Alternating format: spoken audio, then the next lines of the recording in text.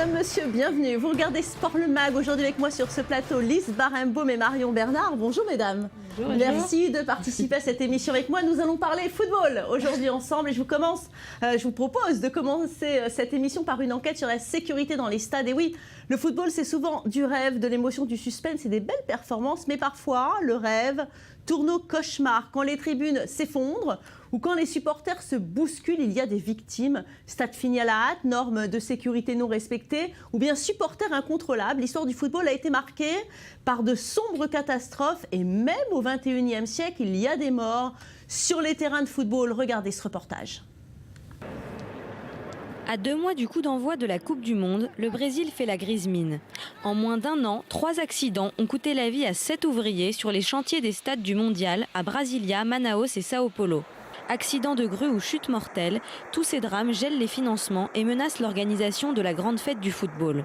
Des tragédies qui poussent le gouvernement brésilien à se justifier. Il y a eu l'accident, mais de toute façon, il devait être livré plus tard que décembre. Il y a eu un retard concernant le transfert de fonds pour le stade de Curitiba. Mais ce que je peux vous dire, c'est que ces stades seront livrés à temps. Malgré l'urgence de la situation, la FIFA essaie tant bien que mal de se montrer rassurante. Encore une fois, je pense que c'est une question de confiance et pour l'instant, nous n'avons pas de plan B. Et ce que la FIFA peut faire maintenant, c'est envoyer ou demander à Dieu, voilà, qu'il n'y ait plus d'accidents en lien avec la Coupe du Monde. Causées par les hooligans ou par une sécurité défaillante, les catastrophes ne sont pas nouvelles dans l'histoire du football. Le Royaume-Uni est malheureusement la terre d'élection de ces terribles accidents. 15 avril 1989, demi-finale de la Coupe d'Angleterre entre Liverpool et Nottingham Forest. 96 supporters des Reds meurent bousculés dans les tribunes vétustes du stade de Hillsborough. Un rapport dénonce aujourd'hui la responsabilité de la police. Une affaire qui a même entraîné les excuses du Premier ministre David Cameron et soulevé les commentaires de sportifs anglais. Je savais que c'était un mensonge quand ils ont dit que les fans de Liverpool avaient causé la catastrophe. Alors oui, s'ils veulent rouvrir une enquête pour dire qui est coupable, c'est bien. Mais le plus important pour moi, c'est que la vérité soit dite.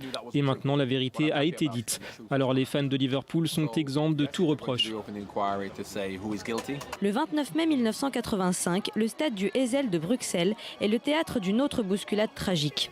Avant la finale de la Coupe d'Europe entre Liverpool et la Juventus de Turin, des hooligans anglais envahissent une tribune de tifosi. Un muret s'effondre et 39 personnes perdent la vie. La France n'est pas épargnée avec le drame du stade de Furiani en 1992. La demi-finale de la Coupe de France entre Marseille et Bastia tourne au tragique. Une tribune provisoire s'affaisse, bilan 18 morts et 2300 blessés. En Europe, ces catastrophes ont eu des conséquences juridiques. Les équipements en plein air de plus de 3000 spectateurs sont désormais régis par une loi en France. Pareil pour l'Angleterre, où les supporters sont accueillis dans des enceintes modernes, ultra sécurisées, où toutes les places sont assises. Mais en 2012, les accidents de Port Saïd en Égypte ont franchi de nouvelles limites. Les fans de 2 équipes rivales déferlent sur le terrain après le coup de sifflet final. Armés de couteaux et de barres de fer, les supporters s'entretuent. La police est débordée ou inactive. On dénombre 79 morts et des milliers de blessés. Ce n'était qu'un match de foot. Pourquoi on en arrive là? Ils ont gagné, alors pourquoi ils ont fait ça? C'est seulement un match de foot. 50 personnes sont mortes. Pourquoi? En janvier 2013, la justice égyptienne condamne 21 personnes à la peine de mort pour avoir participé à ces violences. Une décision rejetée par des manifestants qui dénoncent les agissements de la police. Ce n'est pas la première fois qu'on a ce genre de slogan, ce n'est pas ce qui a causé la mort de 77 personnes. C'est clairement une conspiration, la sécurité était faible et la police n'a rien fait. Il reste quelques semaines au Brésil pour sécuriser ces stades et assurer la quiétude des supporters et des footballeurs. Et nous sommes en ligne avec Avi Assouli, député à l'Assemblée nationale. Avi, bonjour. Avi, vous m'entendez? Oui, bonjour Valérie, bonjour à toute l'équipe. Merci d'avoir accepté notre invitation sur i24 News. Alors, vous étiez présent lors de cette catastrophe à Furiani, on vient d'en parler dans le reportage de Lise Barenbaum. Comment ça s'est passé?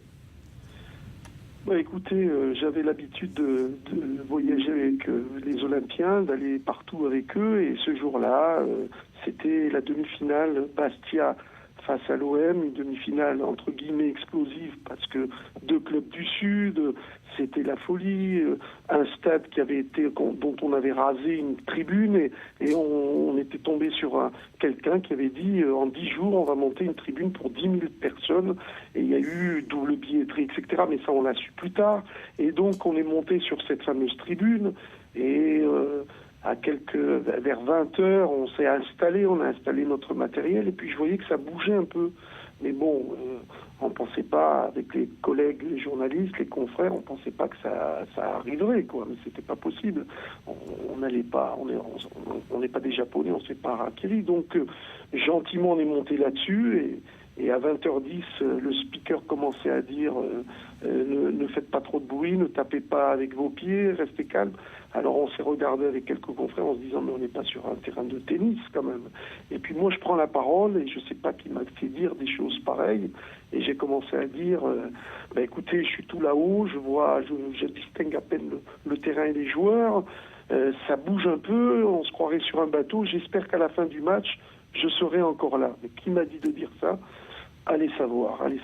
Et puis après, 20h20, patatrac. Et puis après, je me suis réveillé 21 jours après. Alors, c'était un 5 mai, ça fait exactement 22 ans. 5 mai 92. Voilà, ça fait 22 ans. Pensez-vous que les gens se souviennent encore de cet épisode ? Les gens, quand on dit Furiani, se souviennent. Mais moi, je ne peux pas oublier, Valérie. Vous savez, j'ai été touché dans ma chair. Je suis marqué à vie. C'est le cas de le dire.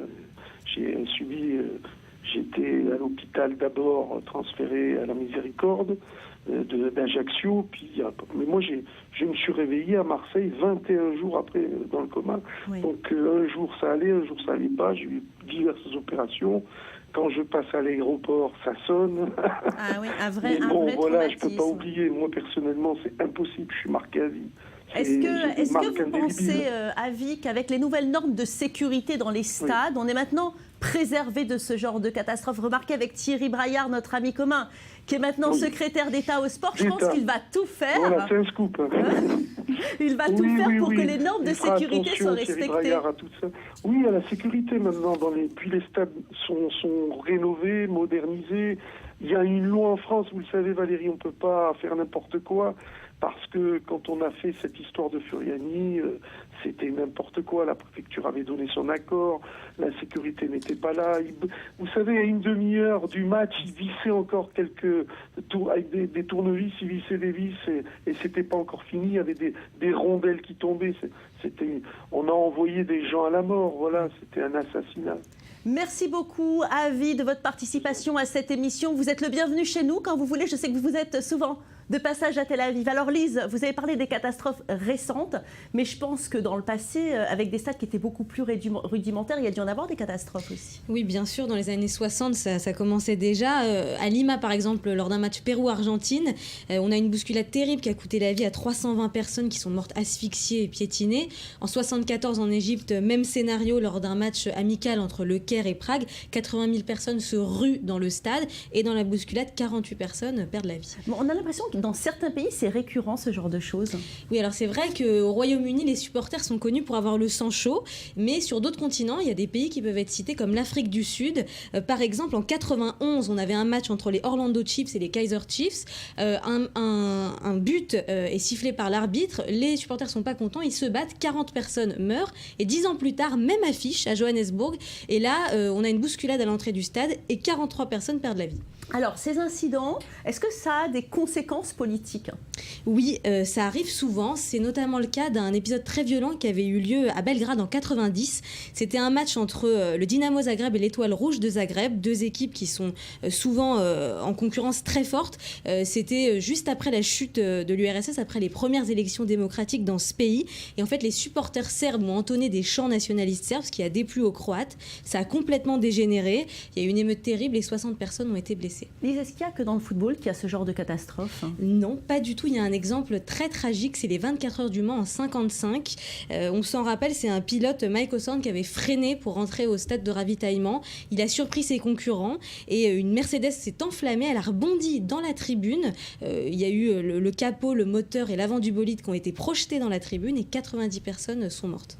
Alors Marion, on est à quelques mois, j'ai envie de dire, la Coupe du Monde arrive à grands pas. Est-ce que vous pensez qu'on va pouvoir vivre des incidents similaires? On parle beaucoup de sécurité au Brésil.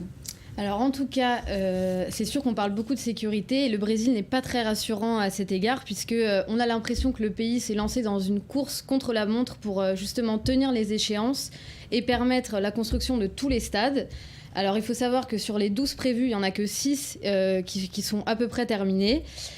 Et on a pu le constater qu'il y a eu beaucoup de problèmes de sécurité entourant la construction. Il y a des ouvriers qui ont perdu la vie justement puisque les travaux étaient mal encadrés. Alors écoutez, les organisateurs ont déclaré qu'ils étaient en train d'effectuer des mises à niveau pour que ce genre d'incident n'arrive surtout pas pendant la Coupe du Monde.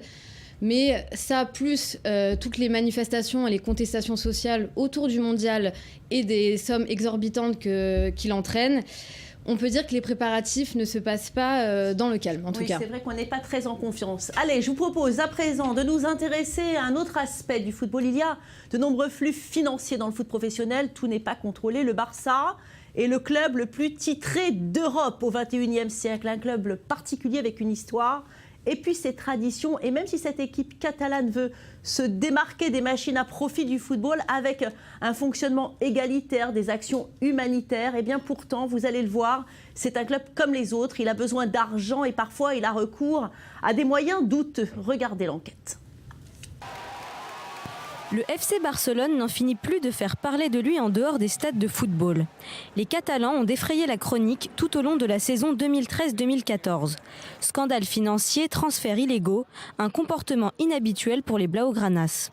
Pourtant, le Barça a la réputation d'un club honnête.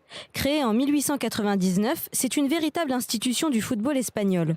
Avec un palmarès de 22 championnats de Liga, 26 Copa del Rey et 4 Ligues des Champions, c'est le club européen le plus titré du XXIe siècle. L'équipe catalane cultive une image de tolérance. En 2013, les joueurs ont effectué une tournée de 2 jours en Israël afin de promouvoir la paix au Moyen-Orient. Mais le Barça, c'est aussi le porte-drapeau de la Catalogne. Sa devise, Más que un club, traduit bien ses ambitions sociales. Le club est géré par ses supporters, les fameux socios. Ils votent les grandes orientations stratégiques de leur équipe. Mais ce fonctionnement pseudo-démocratique a perdu de son authenticité. Car derrière cette image angélique, le Barça est un club comme les autres. En août 2013, il a cédé aux sirènes du foot business.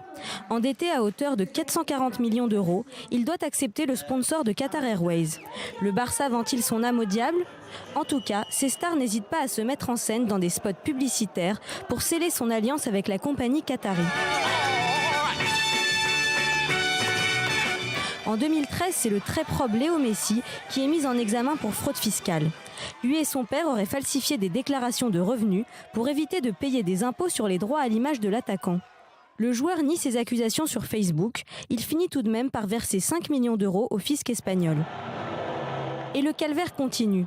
Le transfert douteux de Neymar a précipité la démission de l'ancien président du club, Sandro Rosell, en janvier dernier. Ça a été un honneur de servir le Barça. Ça a été un privilège d'être président du Football Club Barcelone.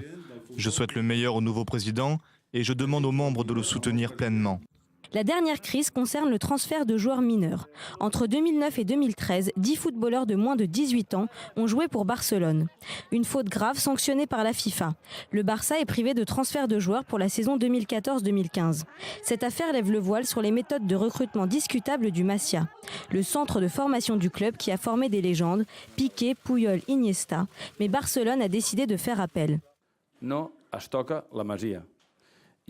Pas touche à la Masia. Nous allons nous battre contre cette condamnation et cette punition sévère que la FIFA veut nous infliger. Nous nous battrons jusqu'au bout car ce système fonctionne depuis 35 ans. Il est à la base de ce club, le leader dans le monde du football depuis une décennie. Malgré les polémiques, les Barcelonais feront tout pour rester l'une des plus grandes équipes du monde. Alors Marion Bernard, on vient de le voir dans le reportage, ça a été il y a eu beaucoup d'argent occulte au niveau du club du Barça. Cette année, le président a dû démissionner à la suite du transfert de Neymar. Apparemment, des fonds n'avaient pas été déclarés. Que s'est-il passé exactement ? Alors écoutez, lorsque le transfert de la star brésilienne a été annoncé en juin 2013, le président du Barça de l'époque, Sandro Rosell, avait annoncé que le montant de la transaction était de 57 millions d'euros. Mais alors, selon la justice espagnole et tout ce qui est l'objet de l'enquête, il se trouve que le recrutement de Neymar aurait coûté, dans les faits, 95 millions d'euros, soit une différence de 38 millions d'euros avec la somme annoncée. Qui en a profité de ces 38 millions ? Alors, ce serait en grande partie la famille du joueur. Et il se trouve que la famille aurait touché, d'après la somme officielle, déjà 40 millions sur le transfert. Merci beaucoup Marion Bernard, merci à vous Lise Barenbaum d'avoir participé à cette émission avec moi. C'est la fin malheureusement de cette édition sportive. Merci à vous tous de nous avoir suivis. On se retrouve demain pour encore plus de bonheur et encore plus de sport. Notre site internet i24news.tv est disponible pour vous. N'hésitez pas à le consulter, à nous revoir en replay à votre convenance. Restez avec nous en attendant car l'info continue sur i24 News.